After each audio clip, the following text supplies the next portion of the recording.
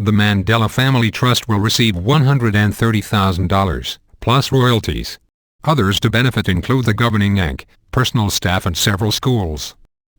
Mr. Mandela's third wife, Graca Machel, was likely to waive her claims to the estate, the executors said, although she is entitled to half of it. Mr. Mandela died in December, aged 95.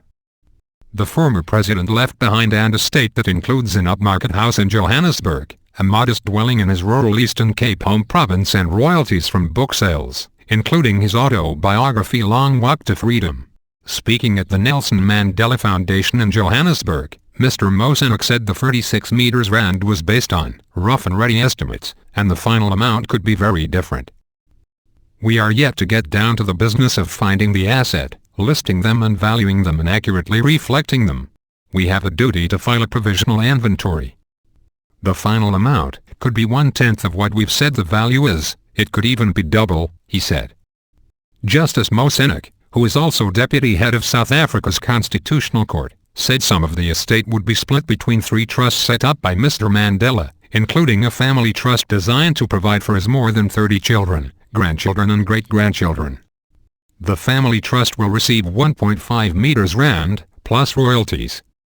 Schools the former president attended are due to receive 100,000 rand each, as are Wits and Fort Hare universities, for bursaries and scholarships. The African National Congress will also receive some royalties, to be used at the discretion of the party's executive committee, to spread information about the party's principles and policies, particularly concerning reconciliation. Mr. Mandela's children each received loans worth $300,000 during his lifetime and will have the debt scrapped if it has not been repaid. Close personal staff, including long-time personal aide Zelda Lagrange, each get 50,000 rand. The home in Horton, Johannesburg where Mr. Mandela died on 5 December will be used by the family of his deceased son Megatho. It is my wish that it should also serve as a place of gathering of the Mandela family in order to maintain its unity long after my death, the former statesman wrote.